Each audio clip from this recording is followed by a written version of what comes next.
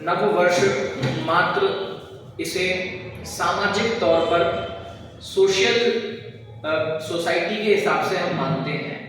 कोई पूछ सकता है कि हम जैन होकर जैन मंदिर में नव वर्ष का आयोजन करें या नहीं करें। ठीक है, ये चर्चा का विषय रहता है, इसलिए 5-7 मिनट बता रहा हूं।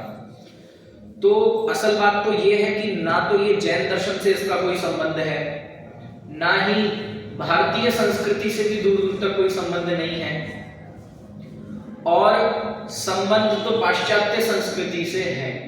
लेकिन दिक्कत ये है कि वैश्विक स्तर पे अब सैकड़ों सन हैं। ये ईस्वी संवत है, कोई विक्रम संवत है, कोई विनिर्माण संवत है, कोई शक संवत है, ऐसे बहुत सारे अलग अलग संवत चलते हैं। अब यदि सब अपने अपने अलग अलग माने तो इस दुनिया का क्या होगा वो हम ही समझ नहीं सकते। मतलब आपको एक दिक्कत समझ में आ रही है कि यदि हम कहें कि हम आपकी तारीख नहीं मानते, हम तो वीर निर्माण संवत से ही चलेंगे, तो कैसे काम चलेगा? आपको फिर दीपावली के अगला दिन आपको 1 तारीख कहना पड़ेगा, आज 1 तारीख है हमारी।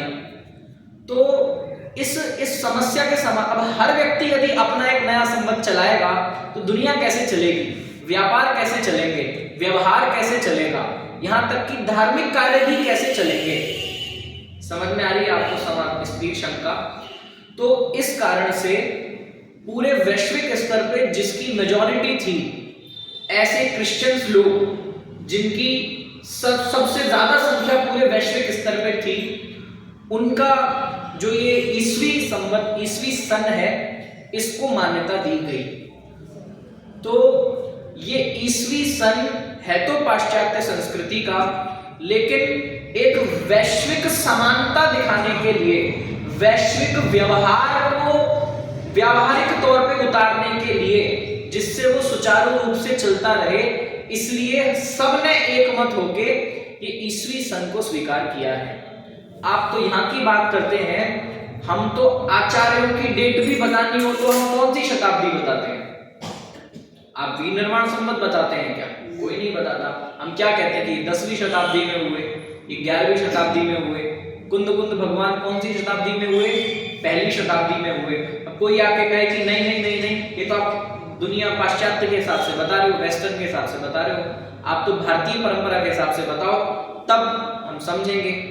तो बात यही है कि हम आपको, क्योंकि हमारा माइंडसेट वो हो गया है, वैश्विक समानता को देखते हुए हमारा माइंडसेट वो हो गया है। एक बात तो अब दूसरा प्रश्न ये हो सकता है कि जब वो वैश्विक समानता के लिए, व्यवहार के लिए, लौकिक व्यवहार के लिए सबने एक मत होके एक सन को माना, तो जब लौकिक व्यवहार के लिए माना तो फिर लौकिक में ही रहने दो, धर्म में क्यों ला रहे हो? ये भी प्रश्न हो सकता है कि अब आप धार्मिक आयोजन से क्यों जोड़ रहे हो, उसको आप दुनियादारी तक ही रहने दो। तो इसके भी 2 समाधान मैं सोच रहा था कि आप कितनी ही कोशिश कर लें, आज की क्षेत्रकाल परिस्थितियां ऐसी हैं कि आपका न्यू ईयर का, ये कहें कि इस भव का तो कम से कम ग्रहित माइंडसेट है। मतलब आप चाहकर भी ये नहीं सोच सकते कि नहीं नहीं आज तो कुछ है ही नहीं, क्योंकि वातावरण ऐसा बना हुआ है ना। अच्छा चलो ठीक है, आपने धर्म को हटा दिया, अब इसके बाद घर में भी देखो तो आपकी प्लानिंग्स जो होती हैं वो आप कौन से कैलेंडर के हिसाब से करते हैं? वो सब सन के हिसाब से करते हैं। हमारी प्लानिंग कि अगले साल ये करूंगा, जनवरी में ये करूंगा, फरवरी में। अब हमारी प्लानिंग जो घरों की प्लानिंग है, लोक व्यवहार की प्लानिंग है, वो करते हैं हम इस सन के हिसाब से। और धर्म में हम चाहें कि कोई दूसरा सन लगाए तो क्या दिक्कत आएगी? दिक्कत ये आएगी कि लोक व्यवहार भ्रष्ट हो जाएगा आपका। क्यों?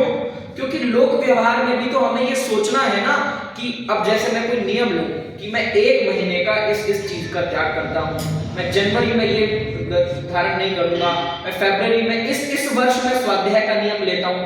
तो अब आप इसके अलावा और कौन से सन के हिसाब से लोगे? अब कोई और दूसरे सन के हिसाब से लिया, आप आधा दिमाग उसी में लगा रहे हो कि ये सन कब चालू हो रहा है, कब खत्म हो रहा है, कौन सी तिथि है।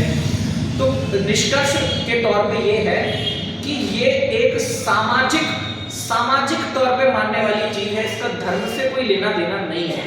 ये बहुत पक्की बात है। लेकिन धर्म कार्यों को भी हम इस कैलेंडर में बांध के करते हैं, इसमें कोई दिक्कत वाली बात नहीं है, एक बात। और दूसरी बात, प्रचलन ऐसा है कि न्यू ईयर पे कुछ सेलिब्रेशन हो, कहीं जाएं करें, तो इससे अच्छा हम मंदिर जी में कुछ ना कुछ अपनी आत्मिक आध्यात्मिक विकास के बारे में सोचें। तीसरी चीज, जो हमारा माइंडसेट है वो ये कहता है कि मैं इस वर्ष ये करूंगा, इस महीने ये करूंगा, तो वो माइंडसेट पक्का जो हमारा बना हुआ है वो भी इसी कैलेंडर का बना हुआ है। तो हम इस न्यू ईयर के दिन हम अपना माइंडसेट कहीं और ना ले जाकर धार्मिक कार्यों में लेके जाएं, जो कि सामाजिक हमारा माइंडसेट बन चुका है। तो इसलिए ऐसा कोई मिथ्यात्व तो नहीं है कि हम इस नव वर्ष को सामाजिक नव वर्ष मान के अपनी धार्मिक प्रतिज्ञाओं में और अपनी आध्यात्मिक ग्रोथ के लिए इसका उपयोग करें, तो ऐसी कोई दिक्कत नहीं है। ठीक है, तो एक बात तो ये हुई नव वर्ष के संबंध में। यदि जैन दर्शन में विचार किया जाए तो हमारा कौन सा संवत चलता है? वीर निर्वाण संवत चलता है। देखिए, आपको इस चीज की जानकारी होनी चाहिए कि दुनिया में जितने भी कैलेंडर हैं उसमें सबसे ज्यादा प्राचीन कैलेंडर जो है वो वीर निर्वाण संवत का है। इसके क्या प्रमाण है आपको जानकारी हो नहीं हो मुझे नहीं पता। इस भारतवर्ष का सबसे प्राचीन इंस्क्रिप्शन मतलब शिलालेख, इस भारत का सबसे पुराना कुछ भी जो लिखा मिलता है, मतलब उसके पहले का कोई भी लिखित प्रमाण अभी तक नहीं है कि उस टाइम में इस कागज पे कोई लिखा हो वो हमारे पास हो, किसी पत्थर पे कुछ लिखा हो वो हमारे पास हो। तो इस भारत का सबसे पुराना लिखित रूप में कोई साधन मिलता है तो वो एक शिलालेख है जो कि अजमेर के पास बड़ली ग्राम है। अजमेर के पास बड़ली ग्राम है, वहां पे एक शिलालेख है और उस शिलालेख पर बस तीन ही शब्द लिखे हुए हैं, वीर निर्वाण संवत। और कमाल की बात कि उससे पहले कुछ भी रिटन में कोई फॉर्मेट मिलता ही नहीं है। ये खारवेल के जो शिलालेख हैं ये भी ईसा पूर्व 2 के कहे जाते हैं शताब्दी के। अशोक के शिलालेख ईसा पूर्व 3री शताब्दी कहे जाते हैं, लेकिन ईसा पूर्व 5वीं-6वीं शताब्दी का एक इंस्क्रिप्शन है जो अभी 150-200 साल पहले एक विद्वान ने खोज की है और उस पर लिखा है वीर निर्वाण संवत। और वो भगवान महावीर के लगभग 70-80 वर्ष बाद लिखा गया, भगवान महावीर के निर्वाण के 70-80 वर्ष बाद लिखा गया वो शिलालेख है। आज भी अजमेर के म्यूजियम में रखा हुआ है और उससे पुराना कुछ भी लेखन हमारे भारत में अभी प्रमाण के तौर पे नहीं मिला है। तो चूंकि सन की बात चल रही थी तो इसलिए मैंने बताया, ये एकेडमिक तौर पे भी ये प्रूफ किया गया है कि जो सबसे पुराना जो सन संवत कैलेंडर है वो वीर निर्वाण संवत का है।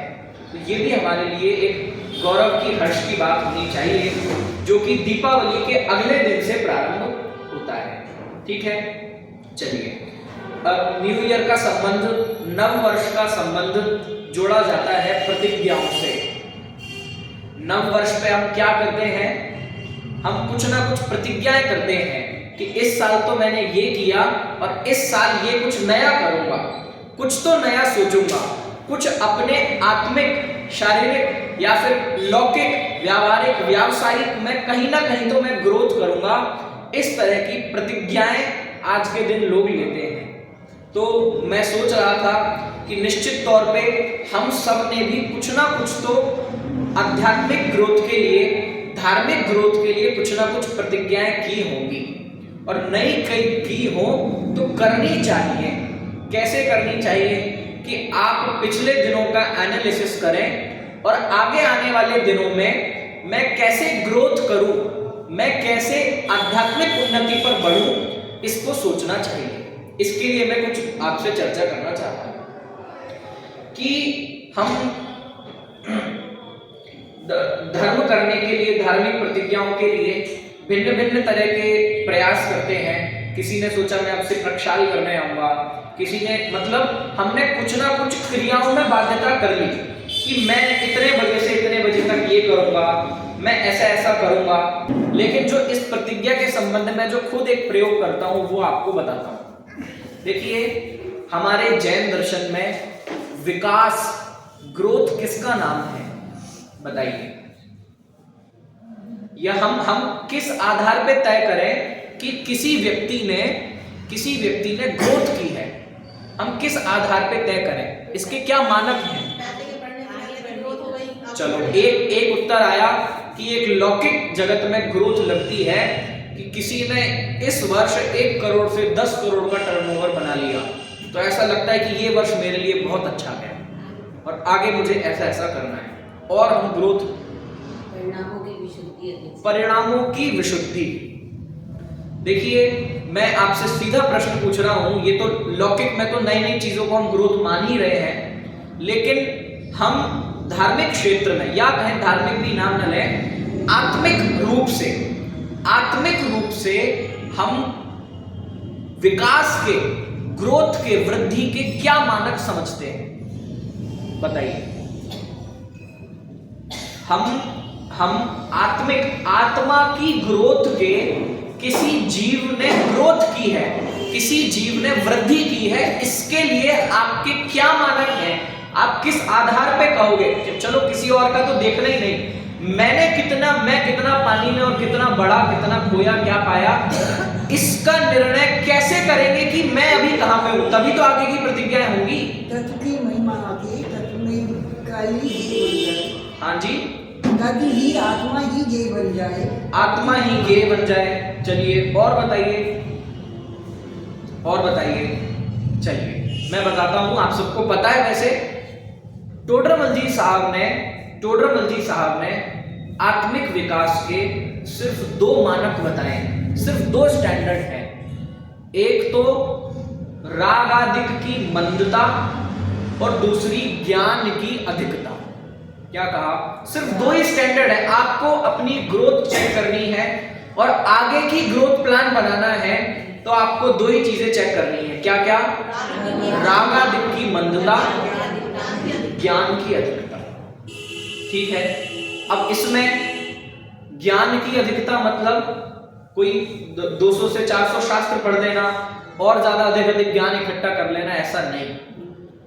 ज्ञान की अधिकता का मतलब है हमारी दृष्टि, हमारा ज्ञान सुलझा हुआ होना। आपको अपना अपना आंकलन करना चाहिए, अपना अपना। मैं इसलिए आज के दिन ये प्रायोगिक बात कर रहा हूं, मैं उपदेश नहीं दे रहा हूं, मैं प्रवचन नहीं कर रहा हूं, मैंने खुद ये वर्क किया है, इसलिए आपको बता रहा हूं। आपने अभी तक नहीं किया हो तो एक कॉपी पेन लेके बैठे, ठीक है? आप ये एकदम पेशेंस के साथ, एकदम धैर्य के साथ हम लोग ये विचार करें, हम ये शांति से सोचें कि मेरी दृष्टि, मेरी विचारधारा, मेरी मान्यताएं कैसी हैं, मेरी मान्यताएं कितनी सुलझी हैं, कितनी उलझी हैं। कभी ऐसा लगता है कि नहीं, जो ये मार्ग है इसी में सुख है। कभी कभी ऐसा भी लगने लग जाता है कि नहीं, अभी थोड़ा घर अच्छा बन जाए, पैसा आ जाए, थोड़ा पारिवारिक अनुकूलता मिल जाए, थोड़ा ये भी हो जाए, थोड़ा ये भी हो जाए, तो थोड़ा अच्छा लगे। फिर से, ज्ञान की अधिकता माने ज्ञान का सुलझापना। हमारा ज्ञान कितना सुलझा है, आप अपने सिद्धांतों पे कितने दृढ़ हैं, हम अपने सिद्धांतों पे कितने दृढ़ हैं, चाहे वो सुख के संबंध में हो। इसमें ज्ञान की अधिकता में आप 7 तत्वार्थों को लगाना। आपकी 7 तत्वार्थों के संबंध में आप कितने सुलझे हुए हैं, कितनी सुलझावट है, इसको लिखकर कॉपी पेन पे चेक करना और उनकी हे गे उपादेयता का निर्णय करना। इसको कहेंगे ज्ञान की अधिकता। तब समझना, यदि आपका ज्ञान सुलझा हुआ, यदि आपको सच में लगता है कि ये दुनिया में सच में सुख नहीं है, संसार के कामों में सच में सुख नहीं है, तो आपको पता चलेगा कि हां, आपको मोक्ष तत्व का श्रद्धान है। आपको यदि लगता है कि कोई भी क्रिया के आधार से सुख नहीं मिलता है, तब समझ में आएगा कि आपको मोक्ष तत्व का श्रद्धान है। इसको कहते हैं ग्रोथ। समझ में आया? जीव अजीव तत्व का श्रद्धान, आश्रव तत्व, यदि जो चीज कर्म का आश्रव करती है वो आश्रव रूप दिखाई दे, और सिर्फ आश्रव रूप नहीं, वो दुख रूप दिखाई दे, इसका नाम है क्रोध। समझ में आ रही है बात? ये बहुत पॉइंट की बात है। हमें लगता है कि हमने एक साल का प्रक्षाल का नियम ले लिया, हमने इस क्रिया में वृद्धि कर ली, हमने ये क्रिया कर ली, ये क्रिया एक्स्ट्रा बढ़ा ली, ये काम कम कर दिया, ऐसा ऐसा करके हमें लगता है कि हमने धार्मिक क्षेत्र में वृद्धि कर ली। लेकिन टोडरमल जी साहब ने 2 ही मानक बताए हैं। क्या मानक? एक तो ज्ञान की अधिकता और रागादिक की मंदता। समझ में आया? अब देखो,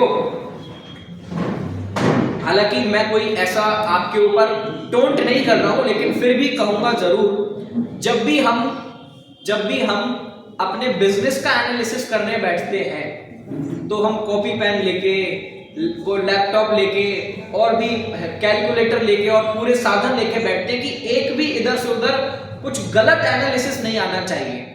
मेरे को कितना लॉस हुआ, कितना प्रॉफिट हुआ, मैं कहां हूं अभी, कितना आगे बढ़ना है, ये सब लिख के हम बिजनेस की ग्रोथ को डिसाइड करते हैं। आप ईमानदारी से सोचना, विचारना, क्या हमने अपनी आध्यात्मिक ग्रोथ के बारे में जितना सीरियसली हम अपने बिजनेस ग्रोथ के लिए, अपनी फैमिली प्लानिंग के लिए, अपने बच्चों के लिए और भी जिन चीजों के लिए हम लिखकर, सोचकर और भी क्या क्या करके हम प्लानिंग करते हैं, क्या हम कभी सीरियसली अपनी आत्मिक आध्यात्मिक ग्रोथ के लिए इतनी सीरियसली हमने कभी प्लान किया है क्या? आपको सच में एकदम, मैं बिल्कुल प्रवचन नहीं कर रहा हूं, आपको और हमको भी, हम सबको सोचने की जरूरत है। सोचने की नहीं, अभी निर्णय करने की जरूरत है। हमें इसको भी उतना ही बल देकर, इतना सीरियसली लेके, जैसे हम व्यापार का कच्चा चिट्ठा मिलाते हैं कि कितना लॉस हुआ, कितना प्रॉफिट हुआ, कितना गया, कितना आया, और क्या आगे बढ़ना है, क्या नहीं करना मुझे जिससे पैसा आए, क्या करना है जिससे हानि ना हो, ये सब चीजें विचारते हैं कि नहीं विचारते हैं? तो हमको इस धर्म क्षेत्र में भी इसके क्या मानक हैं कि आपको लिखना है कि क्या मेरी दृष्टि, मेरी मान्यता जीव तत्व के संबंध में सुलझी हुई है? ध्यान दीजिएगा, बातें तो बहुत सारी हो सकती है, लेकिन कुछ पॉइंट जैसे कि यदि आपको इस दुनिया का कोई भी जीवहीन नजर आता है तो आपको जीव तत्व का श्रद्धान नहीं है ना? जीव अजीव में यदि भेद नहीं समझ में आता तो आपको जीव तत्व का श्रद्धान नहीं है। आपको यदि अजीव की क्रियाओं की प्रतिज्ञा करके लगता है कि मैंने जीव की उन्नति कर ली, तो आपको जीव अजीव तत्व का श्रद्धान नहीं है। यदि कुछ क्रियाएं करके, ऐसी कोई भी क्रिया करके, योग प्रवृत्ति करके आपको लगता है कि बहुत अच्छा हो गया, तो आपको आश्रम तत्व का श्रद्धान नहीं है। आपको बात समझ में आ? आपको यदि धर्म दुख रूप समझ में आता है तो आपको संवर निर्जरा तत्व का श्रद्धान नहीं है। आपको यदि प्रतिज्ञाओं में चारित्र यदि आपको कष्ट रूप समझ में आता है तो सॉरी, आपने अभी ग्रोथ नहीं की है, आपका सुलझा हुआ ही दिमाग नहीं है। कोई कहे कि व्यापार चलाना है, अरे व्यापार चलाने के लिए विजन तो हो, विजन ही नहीं है, कुछ भी खरीद लो, कुछ भी बेच लो, कितने में भी खरीद लो, कितने, ऐसे थोड़ा ना चलता है। हमें एक क्लियर स्पष्ट विजन होना चाहिए।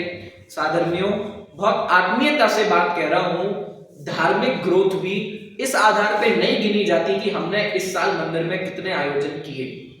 ये सब साधन है, ये सब तो बहुत दूर की बातें हैं।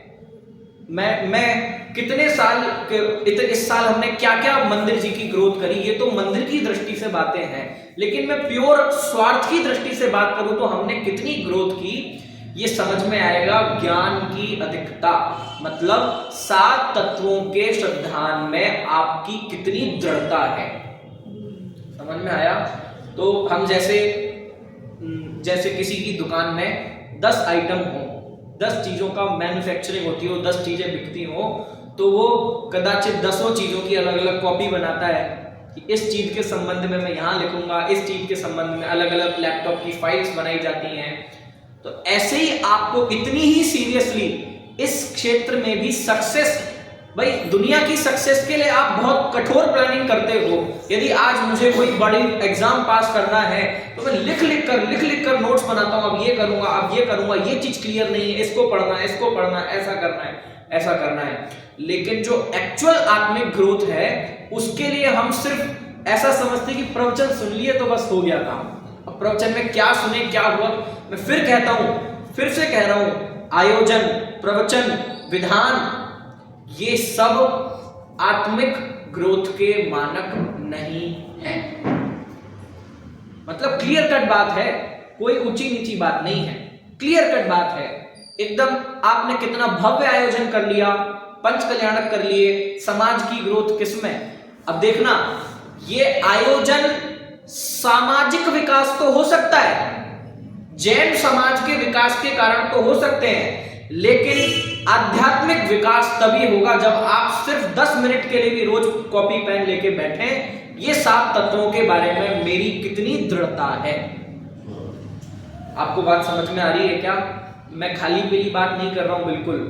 हमको जैसे व्यापार की, घर की, परिवार की, घर में शादी होना हो तो लिख लिख कर एक एक चीज का हिसाब, ये प्लानिंग, ये प्लानिंग, ये बुकिंग, ये ऐसा, ये ऐसा, ये चीजों की प्लानिंग करते हैं। हमें और आपको इतना ही सीरियसली एक एक चीज लिखकर डिसाइड करनी होगी।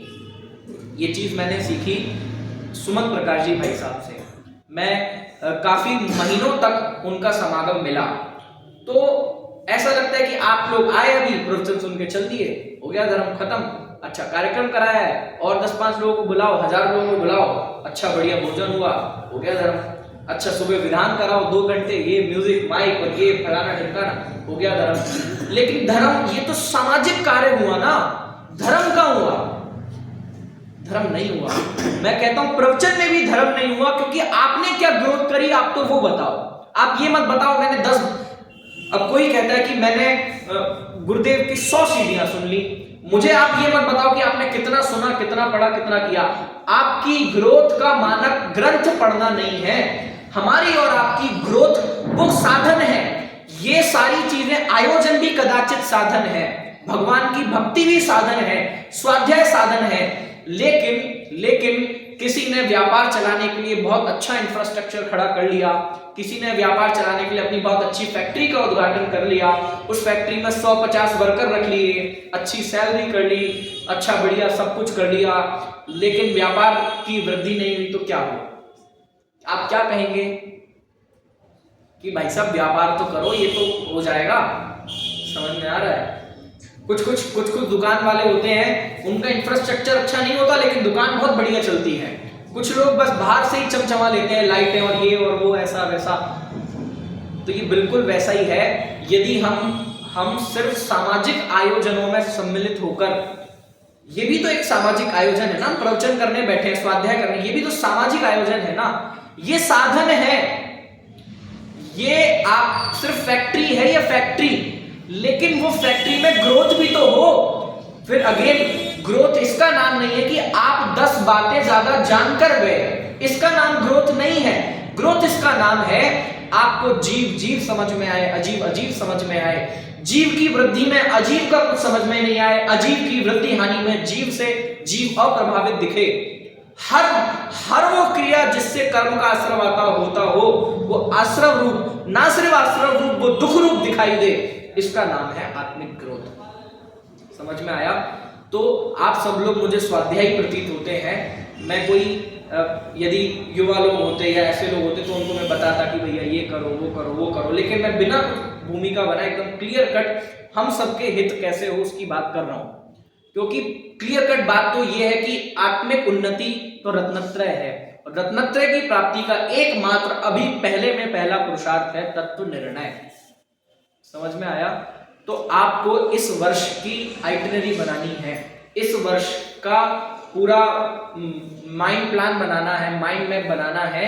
उसमें लिखना कि जीव तत्व के संबंध में मैं क्या समझता हूं, मेरी क्या मान्यता। समझने की बात अलग है, मैंने क्या सीखा, मैंने क्या पढ़ा, किसी आचार्य ने क्या लिखा, किस ग्रंथ में क्या लिखा, मैं क्या मानता हूं। बिल्कुल कोई बिना कोई ग्रंथ खोले आप बताओ क्या। और यदि सुलझी हुई नहीं है फिर आप ग्रंथ खोलो, फिर आप ज्ञानियों से मिलो, फिर आप मुनिराजों को सुनो, आप विद्वानों से मिलो। जब तक मेरे को ये श्रद्धान पक्का नहीं है कि मैं सच में जीव तत्व हूं, तब तक आध्यात्मिक ग्रोथ नहीं हुई है। ठीक है, मोक्ष तत्व का श्रद्धान माने कि आपको यदि लौकिक सफलताएं ही सफलता लगती हो तो आपको मोक्ष तत्व का श्रद्धान नहीं हुआ है। आपको ये समझना पड़ेगा, लौकिक में दुनिया की बड़ी से बड़ी सफलता पा लेने वाले भी दुखी नजर आए, बड़े से बड़े प्रधानमंत्री भी दुखी नजर आए, पैसे वाले भी दुखी नजर आए, प्रसिद्ध पुरुष भी दुखी नजर आए, तो फिर सुख कहां है? यदि इस प्रश्न की सुलझावट है तो आपको मोक्ष तत्व का श्रद्धान है। ठीक है, अब मैं इस बात को 2 मिनट में कंक्लूड कर रहा हूं। आप अपने जीवन में, बहुत क्लियर कट बात, हम और आप अपने जीवन में कुछ जाने नहीं जाने, गरीब हो अमीर हो, शादी हो नहीं हो, घर छोटा हो बड़ा हो, दुकान हो नहीं हो, व्यापार चले नहीं चले, कुछ मैटर नहीं करता। हर तरह के उतार चढ़ाव हर तरह के व्यक्ति के जीवन में मिल सकते हैं। बड़े से बड़े प्रकांड विद्वान भी 200-200 रुपए की नौकरी करते हुए नजर आए। समझ में आया? मतलब हम जो अपनी एक महंतता का क्राइटेरिया बना के बैठे हैं, वो सब आपको एक साइड रख देना चाहिए, है ना। आज यदि हम भी बात करें तो हम अपनी भी बात करूं तो हमें भी ऐसा लगता है कि हम भी बहुत कमा लें, कर लें, ये कर लें, वो कर लें। ये व्यापारिक विकल्प भी चलते हैं। ये भी हमें समझ में आता है कि भाई हमारी इतना राग घटा ही नहीं है अभी तक, लेकिन ऐसी कोई अनिवार्यता नहीं है कि धन के बिना प्रभावना नहीं होती। जितने विद्वान, आप विद्वानों को उठा के देखें, बड़े से बड़े विद्वान, और भी देखें बड़े से बड़े साधक, वो बहुत ज्यादा धनवान नहीं हुए। तो आप कैसे कह सकते हैं कि सफलता का मानक धन है? मैं मोक्ष तत्व के बारे में बता रहा था। यदि हमें समझ में आता है कि सच में सुख तो इनमें नहीं है, बस कि इसका नाम है मोक्ष तत्व का श्रद्धान। सुख तो अतीन्द्रियता है, सुख इन इंद्रिय भोगों में सुख नहीं है। आपको और थोड़ा दृढ़ होना पड़ेगा कि सुख की जाति अलग है, जो कि मंदिर से भी नहीं मिलती, स्वाध्याय से भी नहीं मिलती, किसी भी क्रिया से नहीं मिलती। इसका नाम है मोक्ष तत्व का श्रद्धान। समझ में आया? तो क्लियर कट बात मैं बता रहा था। आप अपने जीवन में, हम सब अपने जीवन में कुछ करें नहीं करें, आपने अपना घर कितना अच्छा बनाया नहीं बनाया, कोई मैटर नहीं करता। आपने व्यापार, आपने कितनी समाज सेवा करी, कोई मैटर नहीं करता। आपने कितना दान दिया, कोई मैटर नहीं करता। ये सब सामाजिक कामों में जाते हैं। आपके अपने लिए क्या मैटर करता है? तो आचार्य बताते हैं, आचार्य परंपरा बताती है, और ये तथ्य है कि आपने मनुष्य जीवन की, या नव वर्ष के संबंध में कहें तो इस वर्ष की सार्थकता मतलब क्या, कि आचार्य कहते हैं कि दुनिया में कुछ करो चाहे मत करो, सिर्फ 5 चीजों को जान लेना। क्या बोला? कुछ करो चाहे नहीं करो, आपका घर परिवार जीरो हो, बड़ा हो, पैसा हो नहीं हो, व्यापार चले नहीं चले, कितने का टर्नओवर, कैसे बच्चे, कैसे माता पिता, कैसा घर, कैसा सब एक साइड, कुछ भी मैटर नहीं करता। कितना धार्मिक आयोजन आपने, कितने आयोजन किए, कितना दान दिया, कितने काम किए, कितनी क्रियाएं करी, कितना त्याग किया, कितना उपवास किया, सब पहले एक तरफ। आचार्य कहते हैं कि आपको मनुष्य जीवन की सफलता के मानक बनाना चाहिए कि आपको ये 5 चीजें आती हैं कि नहीं। वो मैं बताता हूं, कंक्लूड कर रहा हूं अपनी बात को, कि पहली चीज कि मुझे क्या चाहिए, आप चाहते क्या हो। क्या बोला? बहुत ध्यान से सुनना। आपको क्या चाहिए, पहले आप शांति से बैठ के डिसाइड करो। हैं? सुख चाहिए, ठीक है। तो पहली चीज का श्रद्धान ये करो कि मुझे सुख चाहिए, ठीक है। वो सुख कैसा है? सुख चाहिए ना, तो आप एकदम ईमानदारी से, बिना किसी की लाग लपेट में आए, हम सब अपना अलग अलग ये डिसीजन करें कि सुख क्या है, सुख का क्या स्वरूप है। बस इसी को कहते हैं मोक्ष तत्व का श्रद्धान। और कितना जेन्युइन प्रश्न है। आप सबको, हम सबको अपनी लाइफ से ये तो क्वेश्चन होना चाहिए कि मैं चाहता क्या हूं, आखिर मुझे चाहिए क्या है। तो मुझे चाहिए क्या है, यदि इसका स्वरूप जान लिया तो इसी को कहते हैं मोक्ष तत्व का श्रद्धान। फिर कि चाहिए किसको चाहिए? किसको? आप जो सुख चाहिए ना, तो सुख के प्रयास करेंगे तो किसके लिए करेंगे? शरीर के लिए। कोई कहेगा कि मैं तो अपने घर परिवार के लिए प्रयास करूंगा, घर परिवार सुखी हो जाए, समाज सुखी हो जाए। तो आपको ये सच्चा निर्णय करना पड़ेगा कि वो जो सुख है वो चाहिए किसको है। तो इसी को कहते हैं जीव तत्व का श्रद्धान, कि मैं कौन हूं इतना बस जान लेना। ये बहुत क्लियर कट बात है। मैं कौन हूं, कौन नहीं हूं, मुझे क्या चाहिए। 3 प्रश्न हो गए अभी तक, 5 बताने मेरे को, 3 हो गए। मैं कौन हूं, मैं कौन नहीं हूं, ठीक है।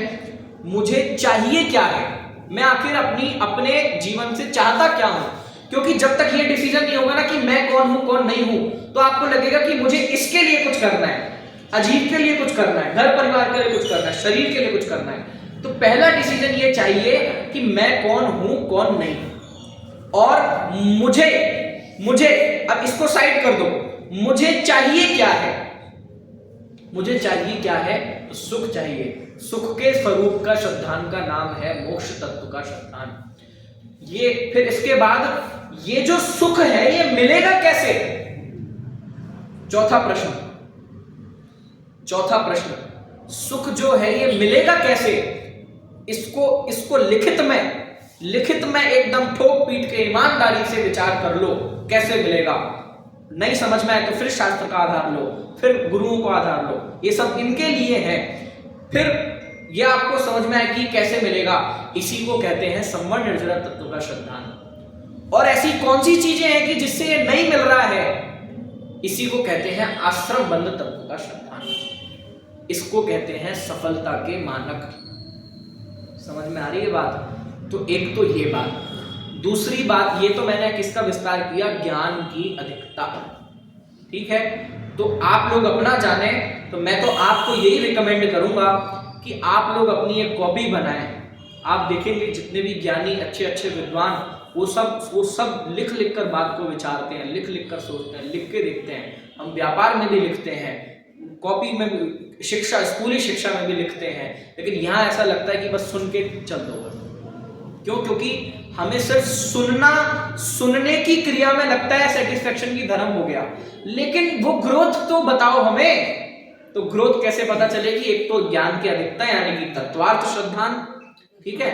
तो ये उमा स्वामी आचार्य ने बिल्कुल काम की बात लिखी है हमारे लिए। आप तत्वार्थ सूत्र पढ़ लो तो पर्याप्त तत्वार्थ श्रद्धान है। समझ में आया? और फिर टोडरमल जी साहब का तो कहना ही क्या। अब दूसरी बात, आपको सेल्फ एनालिसिस के लिए क्या करना है? मैं कितना अच्छा हूं, मैं कितना बुरा हूं, ये कैसे डिसाइड करूं कि मेरे रागादिक कैसे हैं? छोटी छोटी बातों पे मुझे गुस्सा आ जाता है। मुझे ऐसा लगता है कि मैं मंदिर जाऊं तो मुझे सम्मान मिलना चाहिए, मैं आयोजन में जाऊं तो मुझे लोग पूछने चाहिए, है ना। यदि ऐसे विचार आते हैं तो माफ कीजिएगा, हमने अभी धार्मिक वृद्धि, आत्मिक वृद्धि नहीं की है।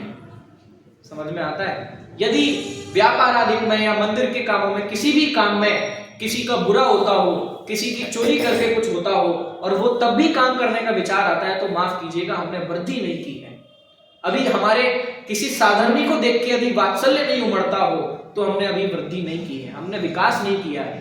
इन्हीं तो 4 कषाय कहते हैं। रागादिक की मंदता मतलब क्या? कषायों की मंदता। इसी कषायों की जितनी हीनता होगी उसी का नाम तो वीतरागिता है। तत्व ज्ञान, तत्व निर्णय पूर्वक रागादिक में मंदता। अब आपको जो न्यू ईयर रेजोल्यूशन भी कहे जाते हैं, वो सब भी इसके साधन है कि ओहो, मैंने इस वर्ष इतना भी विचार नहीं किया कि मैंने इन चीजों का सेवन कर लिया जबकि इनमें इन जीवों की हिंसा हो रही थी। यदि सच में इतनी विरक्ति जागृत हो कि मेरे निमित्त से ये हिंसा हुई, इस वर्ष मैं ऐसा त्याग करता हूं कि ये हिंसा मेरे निमित्त से नहीं हो। समझ में आया? ये दूसरा मानक है। दूसरा मानक क्या है? रागादिक की हीनता, यानी कि कषायों की हीनता। तो दूसरा काम क्या करना है आपको? दूसरा काम क्या करना है? आजकल बहुत सारी ना बुक्स चल रही हैं, नॉवेल्स चलती हैं, तो उसमें ग्रोथ के लिए उसको गाइड करते हैं। जो भी उसको पढ़ता है उसको गाइड करते हैं उस बुक में। उसमें लिखा रहता है कि आप फिजिकल ग्रोथ ऐसे ऐसे चेक करें, इस पे ऐसे चेक लिस्ट बनाएं, आजकल बहुत सारे ऐसे एप्स भी चल रहे हैं, बुक्स भी चल रही हैं, फिजिकल ग्रोथ, मेंटल ग्रोथ और मटेरियलिस्टिक ग्रोथ, स्पिरिचुअल ग्रोथ, ऐसे ऐसे उसमें लिखा होता है, उसमें लोग चेक करते हैं सच में चल रहा है। तो हमें अपनी एक बुकलेट बनानी पड़ेगी। पहले तो उसमें ज्ञान की अधिकता में 7 तत्वों में आपने कितना क्या जड़ता ये समझना, फिर आप ये लिखना। ये अक्सर मैं 10 लक्षण के समय भी बात करता हूं, हम 10 लक्षण बना के आयोजन करके चल देते हैं। आप लिखना क्षमा। अब ये क्षमा मेरे पास कितनी है कितनी नहीं है, क्षमा मतलब क्रोध का अभाव, तो आप क्रोध लिखें। या यदि मेरे को छोटी छोटी चीजों में छोटी छोटी बाहरी प्रवृत्ति मेरे को प्रभावित करती है तो मैंने ग्रोथ नहीं की है। यदि मुझे ऐसा लगता है कि ये लोग छोटे मैं बड़ा, किसी भी आधार पे, चाहे उम्र के आधार पे, चाहे ज्ञान के आधार पे, चाहे सौंदर्य के आधार पे, चाहे धन के आधार पे, चाहे कुल के आधार पे, यदि कदाचित ऐसा लगता है कि ये लोग तो छोटे और मैं बड़ा, अरे किसी अन्य जाति वाले के प्रति भी यदि खेद, खिन्नता, हीनता का भाव आता है किसी भी जाति वाले के प्रति, तो हमें अभी तक आत्मिक उन्नति, मान कषाय की हीनता नहीं हुई। ऐसा भी हो सकता है ना कि मैं किसी जगह चला जाऊं और मुझे कोई भी ना पूछे, इसमें दिक्कत क्या है, लेकिन हमें ऐसा लगता है कि मैं किसी के घर जाऊं, किसी के आयोजन में जाऊं, मंदिर, तो 2-4 लोग तो मिले, पूछेंगे आप कैसे हो, क्या हो, लोगों ने पूछा ही नहीं। बहुत बड़ी समस्या है। तो सच में ये बात है कि हमें यदि इस तरीके के विचार आते हैं, अब आपको क्या करना है, क्रोध लिखो, एक जगह क्रोध लिखो कि मैं, अपना तो सब जानते हैं ना कि मुझे किन किन बातों पर क्रोध आता है, किन किन, कि ये मेरे साथ ऐसा करते हैं, ये मुझे ऐसा बोलते हैं, ये मेरी बुराई करते हैं, मेरे को किन किन बातों पर क्रोध आता है। तो उसको बैठ के लिखकर निर्णय करो कि किसी की भलाई बुराई करने से मुझ में कोई प्रभावन होता नहीं है। इसका नाम है क्रोध कषाय की ग्रोथ, मतलब क्रोध कषाय की हीनता। फिर मान कषाय लिखो। जब जब आपको ऐसा लगता है, जब हमें ऐसा लगता है कि मुझे सम्मान मिलना चाहिए, मुझे लोग बड़ा कहें, मुझे लोग अच्छा कहें, मेरी लोग तारीफ करें, मुझे सम्मान करें, मुझे माला नहीं पहनाई, मुझे टीका नहीं लगाया, मेरे को पुरस्कार नहीं दिया, मेरे को पूछा नहीं, जहां जब हमें ऐसे विचार आते हैं, हम लिखें कि अभी मैंने इन जगह पर अपनी ग्रोथ नहीं की है, मुझे दूसरे लोगों से सम्मान की चाह होती है। समझ में आया? आप लोग बोर तो नहीं हो रहे हैं? नहीं। क्योंकि मैं कोई गाथा उठा के द्रव्य गुण पर्याय या और कोई बात भी कर सकता था, वो तो हम साल भर करते ही हैं, लेकिन वो सिद्धांत वो सिर्फ हमें सुनने समझने के लिए तो नहीं है ना, है ना। अब कोई कहे कि मैं पूरे षटखंडागम पढ़ के आया हूं, धबला पढ़ के आया हूं और ये करके आया हूं, और ये पढ़ने के बाद उसे समझ में आया कि तुम सबको तो कुछ नहीं आता, तुम सब हीन हो, मैं भगवान कहीं से उतरा हूं, तो माफी करना, आपने अभी धर्म की ग्रोथ तो नहीं की, आपने शास्त्र ज्ञान की ग्रोथ जरूर की है, लेकिन आप यदि इसलिए सोच रहे कि मैं धर्मात्मा हो गया, ऐसा नहीं है। कोई आता है कहता है अरे तुम तो 8 बजे सो के उठते हो, मैं तो रोज 365 दिन प्रक्षाल करता हूं, तुम करके बताओ तो माने। इसी में घमंड हो जाता है। किसी ने 2-4 प्रतिमाएं विराजमान कर ली, दान दे दिया, अरे तुम तो कुछ भी नहीं करते। फिर से सोचना समझना, यदि किसी भी बाहरी क्रिया के आधार से ऐसा लगता है कि मैं बड़ा हो गया, तो माफ कीजिएगा, हमने अभी आत्मिक ग्रोथ, धार्मिक ग्रोथ नहीं की है। मान कषाय। तीसरी माया, ये लिखने की बातें बता रहा हूं आपको, अपनी जीवन की चीजें लिखनी है, ये तो मैं उदाहरण दे रहा हूं, ठीक है। हमें अपनी जीवन की चीजें लिखनी है। अरे मेरे को कितनी पदवियां मिल गई, मेरे को कितनी नहीं मिली, मैंने क्या पा लिया, क्या खो लिया, उन्होंने पूछा, वो मेरे को फोन करते हैं, मैंने व्हाट्सएप भेज दिया, ये सब चीजें इसमें आप गिनना। यदि ये छोटी छोटी चीजें आपको प्रभावित करती है, उन्होंने मुझे इग्नोर कर दिया, उन्होंने पूछा नहीं, उन्होंने देखा नहीं, ये छोटी छोटी चीजें यदि प्रभावित करती हैं, तो जैन दर्शन के अनुसार आप अभी असहज हैं, आपकी अभी आत्मिक ग्रोथ नहीं हुई है। समझ में आया? ऐसे ही माया कषाय में लगाना। कोई भी ऐसा कार्य, कोई भी काम, चाहे धार्मिक हो, घर का हो, परिवार का हो, यदि वो किसी भी रूप में किसी के साथ धोखाधड़ी करके हो रहा है, झूठ बोलकर हो रहा है, चोरी के कार्य से, निर्माल्य आदि से हो रहा है, तो वो माया कषाय की अधिकता है। और हमें कार्य करना है कि कुछ भी हो, यदि सामाजिक तौर पे भी बात करूं, हमें यदि विचार आता है कि ये सब नियम तो सामान्य लोगों के लिए है, मैं तो रेड लाइट तोड़ के भी निकल जाता हूँ, मैं तो ये भी कर लेता हूँ, मैं तो ये भी कर लेता हूँ, अरे मैं तो स्वाध्याय करता हूँ ना, तो थोड़ा बहुत अभक्ष चल जाता है, अनछना पानी चल जाता है, मेरे को ये चल जाता है। यदि ऐसे ऐसे विचार आते हैं तो हमारी ये मायाचारी है, धर्म के साथ मायाचारी है। समझ में आया? और किसी भी रूप में ज्ञानियों के लिए और गुणियों के लिए हीनता का भाव आए, ईर्ष्या का भाव आए, ये सब बातें कहने के लिए बहुत हैं। आप लोग सब स्वाध्यायी हैं, पढ़ते हैं, उस पढ़ने का हम कैसे आत्मिक उन्नति में योगदान हो स्वाध्याय का, वो बता रहा हूं। तो माया कषाय, ऐसे ही लोभ कषाय, यदि इतनी आसक्ति है कि पांचों इंद्रियों संबंधी, इसमें भी चैप्टर है, पूरे चैप्टर है कि स्पर्श, आप जैसे लोभ कषाय लिखेंगे, लोभ कषाय में लिखना कि स्पर्शन इंद्रिय संबंधी हार, क्या लिखोगे? मेरी स्पर्शन इंद्रिय संबंधी हार। जरा सी दाल ठंडी हो तो मुझे लगता है कि खाना बेकार मिल गया, रोटी थोड़ी भी ठंडी हो जाए तो मुझे लगता है कि आधा अच्छा भोजन नहीं मिला। तो आप लिखना, यदि थोड़ा सा ठंडा गर्म में भी आपको थोड़ा सा इतनी कषाय हो जाती है, तो आप लिखना कि ये मेरी स्पर्शन इंद्रिय संबंधी हार है। कैसी बात करते हो? क्या रोटी से धर्म का क्या लेना देना? जी है, धर्म का लेना देना। समझ में आया? ऐसे ही रसना इंद्रिय से थोड़ा भी नमक ऊपर नीचे हो तो हमें गुस्सा आता है, थोड़ा भी खाना ऊपर नीचे हो तो हम किसी आयोजन में जाएं, इन्होंने ऐसा बनवा दिया, इन्होंने ऐसा बनवा दिया, थोड़ा सा ये कर देते, थोड़ा सा ये कर देते। हमें यदि धर्म छोड़ के इन सब चीजों को हावी होते विचार इस तरीके के, तो आप लिखना ये मेरी रसना इंद्रिय संबंधी हार है। ये 5 इंद्रियों का चैप्टर आपको इंद्रियां हटाने के लिए ढूंढना पड़ाया था। समझ में आ रही है बात? लोभ कषाय हमने आपको स्वरूप समझाने के लिए ढूंढना पड़ाई थी। तो आपको अपनी चेकलिस्ट ये बनानी है, कौन कौन सी? पहले 7 तत्वार्थों की, 4 कषायों की, और फिर अलग से लोभ कषाय में 5 इंद्रियों की, स्पर्शन इंद्रिय की हार। इस वर्ष मैं प्रतिज्ञा करता हूं कि मैं अपनी स्पर्शन इंद्रिय से हारूंगा नहीं।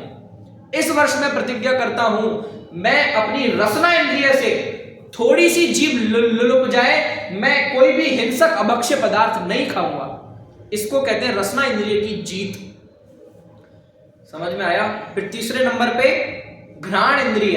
थोड़ा भी ऐसा लगे कि नहीं ये तो अच्छा नहीं लग रहा, यहाँ थोड़ा सा सेंट लगा लें, थोड़ा सा रूम फ्रेशनर हो जाए, थोड़ा सा कपूर कर दें, थोड़ा सा ऐसा कर दें, तो आपको और भी आपको किसी साधर्मी से कोई रोगी वृत्ति से यदि दुर्गंध आती हो तो आपको ईर्ष्या हो जाती है, घृणा हो जाती है, तो आप समझना कि ये मेरी घ्राण इंद्रिय संबंधी हार है। समझ में आया? फिर चौथे नंबर पे स्पर्शन, रसना, घ्राण, चक्षु। यदि आपको लगता है कि मुझे सब कुछ अच्छा ही दिखना चाहिए, अब थोड़ा दुबई देखे आते हैं, अब थोड़ा ये, अब इंडिया गेट देखे आते हैं, अभी ये भी देख लेते हैं, अभी ये भी देख लेते हैं, और सबसे बड़ा तो ये आजकल जो रील्स चल रही है, ये चक्षु इंद्रिय संबंधी व्यसन है। क्या हमें 10 सेकंड में लगता है कि अब कुछ नया, अब कुछ नया, अब कुछ नया, अब कुछ नया। ठीक है, तो हम ये लिखें कि मैं चक्षु इंद्रिय से कहां कहां हार जाता हूं। लिखने की बातें हैं, ये स्वाध्याय की बातें नहीं है। स्वाध्याय साधन है, अध्ययन साधन है। ये लिखकर डिसाइड, और इस वर्ष में डिसाइड करता हूं कि मैं चक्षु इंद्रिय से हारूंगा नहीं। समझ में आया? कि कोई कर्कश बैठे बैठे, अरे इन्हें तो गाना ही नहीं आता, ये तो बेकार अच्छा है, ये अच्छा भजन है, ये बुरा भजन है, ये अच्छा गाते हैं, ये बुरा गाते हैं, ये ऐसा, थोड़ा अच्छा बोलो, थोड़ा मीठा बोलो, थोड़ा ये सब क्या है?